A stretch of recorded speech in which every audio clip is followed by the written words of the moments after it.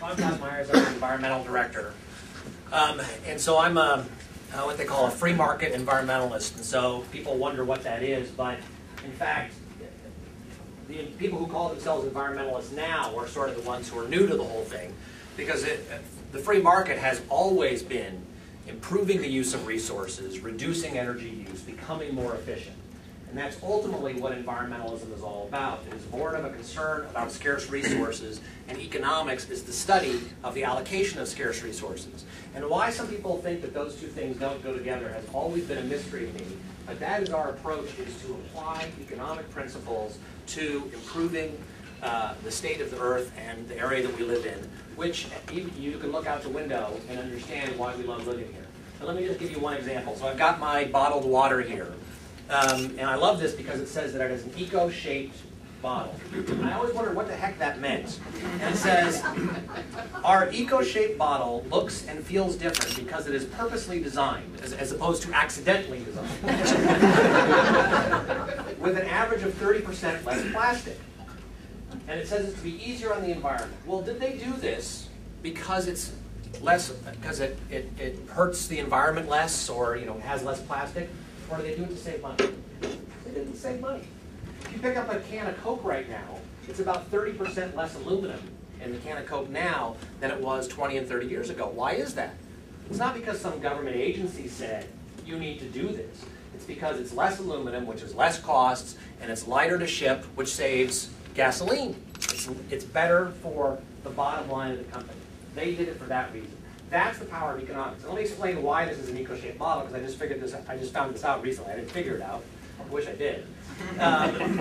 So you see this little indentation in here, and you think that that's where your hand goes.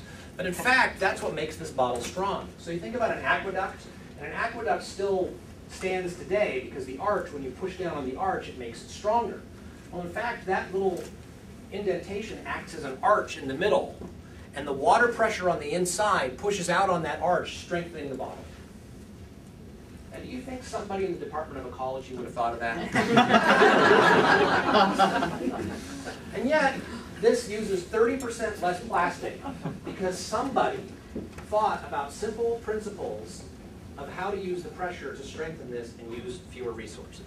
That's what the power of the free market can do for the environment, and those are the types of solutions we look for every day. In this session, let me just give you two things that we're looking at in this session. And the fundamental question that we're asking in this session is, all of the policies that you hear about, do they work?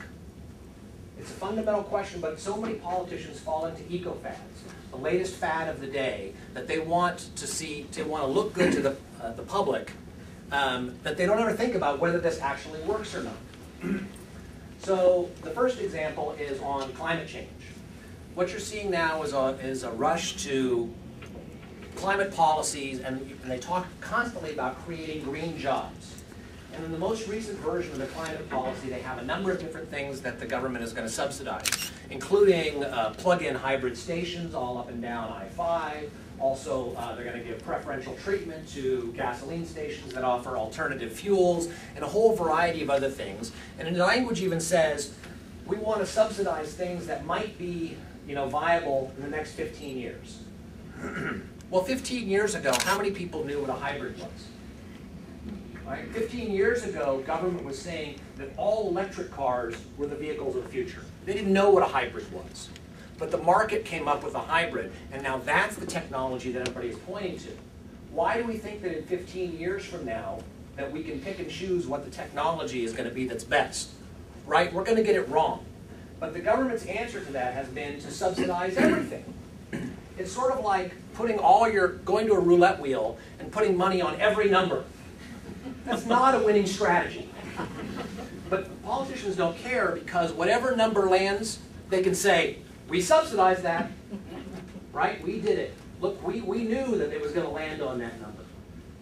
But the thing is that they don't look at the costs everywhere else. They ignore the fact that we spent money on every other number and that we're down. There's a bar in Alaska called Chilkoot Charlie's. Anybody know Chilkoot Charlie's? So they have the best slogan ever, and it's on their door, and it says, we cheat the other guy and pass the savings on to you. And that's what environmental policy is like today, is that government is always telling everybody, don't worry, you're not going to pay for this, everybody else is. You'll benefit. But we should know better.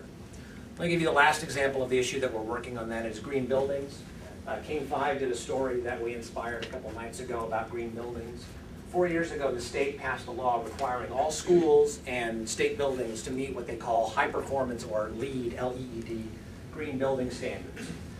They were only supposed to cost about 2% more. They were going to save 30 to 50% more in energy costs.